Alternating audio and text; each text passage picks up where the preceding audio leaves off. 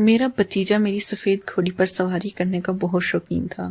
وہ اکثر مجھ سے اصرار کرتا، چچی مجھے آپ کی سفید گھوڑی کی سواری کرنی ہے۔ میں اس کی اس بات کو ہنسی میں ٹال دیتا، لیکن وہ ہر روز ضد کرنے لگا۔ ان دنوں میرا بھتیجا پڑھائی کے سلسلے میں میرے پاس رہنے آیا ہوا تھا۔ میرا شوہر اس وقت بیرون ملک مقیم تھا۔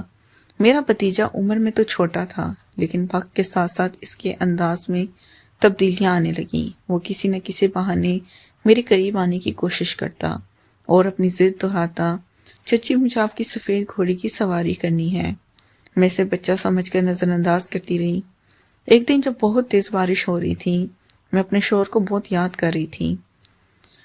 اسی وقت میرا بھتیجا میرے کمرے میں آیا اور ضد کرنے لگا کہ اسے آج ہی گھوڑ سواری کرنی ہے۔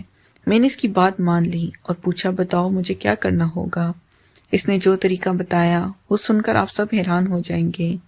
اس نے لائٹ بند کرتے پورے جوش سے ایسی بات کی کہ یہ غلط فہمی نے میرے اچھے خاصے رشتے کو تقریباً تباہ کر دیا تھا۔ پوری کہانی سنیں، آپ کو بہت مزہ آئے گا، اور اگر آپ چینل پر نئے ہیں تو چینل کو ضرور سبسکرائب کریں۔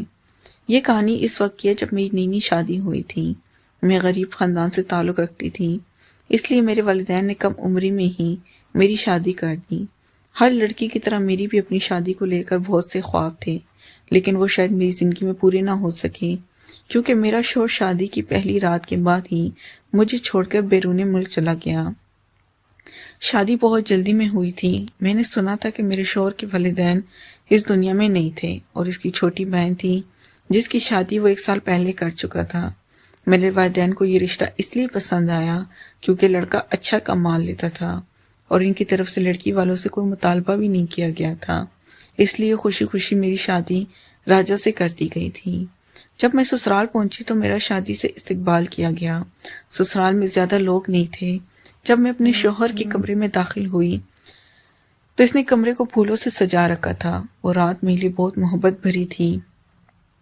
ہر نئی دلہن کی طرح میں بھی اپنے شوہر کا بے صبری سے انتظار کر رہی تھی۔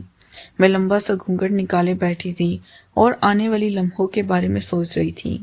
تقریباً آدھے گھنٹے بعد میرا شوہر کمرے میں آیا۔ اس نے دروازہ بند کیا اور مجھ سے بڑی پیار سے باتیں کرنے لگا۔ شروع میں تو میں بہت جھجک رہی تھی، لیکن آہستہ آہستہ میں اس کے ساتھ ہی بے تکلف ہو گئی۔ اب مجھے شرم محسوس نہیں ہو رہی تھی۔ میرے شوہر نے میرا ہاتھ تھام کر اپنی محبت کا اظہار کیا اور اس کے چھونے سے میرے دل کی دھڑکن تیز ہو گئی۔ پھر اس نے لائٹ بند کر دی اور مجھ پر اپنا پیار نچھاور کرنے لگا۔ کئی گھنٹوں بعد اس نے مجھے بتایا کہ وہ کل صبح کاروبار کے سلسلے بیرون ملک جا رہا ہے۔ یہ سن کر میں سکتے میں آ گئی۔ اس نے بتایا کہ دفتر سے چھٹی نہیں مل رہی، اس لیے اس کا جانا بہت ضروری ہے۔ وہ بولا، تم پریشان مت ہو، میں جلد واپس آؤں گا۔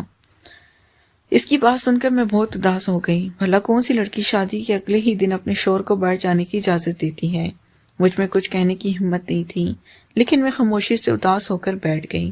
میرے شوہر نے مجھے منانے کی بہت کوشش کی، لیکن دن بھر کی تھکاوٹ کی وجہ سے میں جلد ہی نیند کی وادیوں میں کھو گئی۔ صبح جب میری آنکھ کھلی تو میں نے دیکھا کہ میرا شوہر رونے جانے کی تیاری کر رہا ہے۔ میں نے اسے رکھنے کی کوشش کی اور کہا کہ کچھ دن بعد چلے جائیں، لیکن اس نے کہا کام فوری ہے اور چھٹی نہیں مل سکتی۔ وہ بولا، تم فکر نہ کرو، میں بہت جلد واپس آؤں گا۔ چونکہ میں نئی نویلی دلہن تھی، اس لیے میں زیادہ بحث نہیں کی اور بھاری دل سے جانے کی اجازت دے دی۔ شوہر کے جانے کے بعد میں گھر میں بالکل اکیلی رہ گئی تھی۔ گھر بہت بڑا تھا اور اس کے پچھلے حصے میں ایک استبل تھا جہاں 2-3 گھوڑے تھے۔ مجھے جانوروں سے بہت ہی لگاؤ تھا۔ میں گھر کا کام ختم کرنے کے بعد گھوڑوں کو کھانا دینے جاتی۔ ان میں سے ایک سفید رنگ کی گھوڑی بہت ہی خوبصورت تھی۔ اسے دیکھ کر مجھ سے محبت ہو گئی۔ وہ بھی اس گھر میں میری طرح تنہا تھا۔ گھوڑی کو کھانا دینے کے بعد میں کمرے میں آتی اور شوہر کو فون کرتی۔ صبح اٹھ کر میں نے گھر کے کام شروع کر گھوڑوں کو جانا چاہا۔ جب میں فارغ ہو کر نکلی تو دروازے کی گھنٹی زور سے بجی۔ میں بھاگ کر کھولنے لگی۔ سامنے میرا بھتیجا ارمان کھڑا تھا۔ میں نے اسے شادی پر ایک بار دیکھا تھا، اس لیے میں نے اسے فوراً پہچان لیا۔ اس نے مجھے دیکھتی کہا، چچی آپ تو آج بہت خوبصورت لگ رہی ہیں۔ میں شرما گئی اور کہا، اندر آؤ، تعریفیں بعد میں کرنا۔ اس نے اپنا بڑا سا بیگ صوفے پر رکھا اور بتایا کہ وہ یہاں پڑھائی کے لیے آیا ہے۔ ارمان 20 سال کے خوبرو لڑکا تھا، لیکن اس کی عمر ایک اندازہ لگانا مشکل تھا۔ میں نے کہا، تمہارے چچوں نے بتایا تھا کہ تم آ رہے ہو، لیکن یہ نہیں سوچا تھا کتنی جلدی آ جاؤ گے۔ میں نے اس کا کمرہ دکھایا اور ناشتہ بنانے چلی گئی۔ جب میں ناشتہ لے کر آئی تو اپنے فون پر کچھ دیکھ رہا تھا اور مجھے دیکھتے اس کے ہاتھ سے فون گر گیا۔ ناشتہ کرتے ہوئے میری تعریفیں کرنے لگا۔ چچی آپ ناشتہ بھی بہت لذیذ بناتی ہیں، آپ کے ہاتھوں میں تو جادو ہے۔ اس کی باتوں پر میں ہنس پڑی کیونکہ وہ بہت محتاط طبیعت کا لڑکا تھا۔ ہم نے اس کی پڑھائی کے متعلق کچھ باتیں کی، پھر میں نے اپنے کمرے میں آئی تو شوہر کو فون آ گیا۔ اسے ارمان کے آنے کا معلوم ہو چکا تھا۔ اس نے کب تمہارا دل بہل جائے گا؟ میں نے خاموشی سے ہاں کہہ دی کیونکہ مجھے اس کی ضرورت تھی۔ بھتیجے کی نہیں لیکن نئی نویلی دلہن ہونے کی وجہ سے میں زیادہ ضد نہ کر سکی۔ بھتیجے آرام کرنے کے بعد میں استقبل میں گھوڑوں کو چارہ ڈالنے لگی۔ آج سفید گھوڑی بہت اچھل کود کر رہی تھی، شاید وہ آزاد ہونا چاہتی تھی۔ جب میں اسے چارہ ڈال رہی تھی تو ارمان بھی وہیں کھڑا ہو گیا اور کہنے لگا چچی یہ سفید گھوڑی مجھے بہت پسند ہے، بالکل آپ کی طرح خوبصورت، اس کی نیلی آنکھیں دیکھ کر تو کوئی بھی اس پر فدا ہو جائے۔ پھر اس نے کہا چچی مجھے اس کی سواری کرنی ہے۔ میں نے اس کی بات ہنسی میں ٹال دی۔ ہم نے تھوڑا بات کی اور پھر گھر واپس آ گئے۔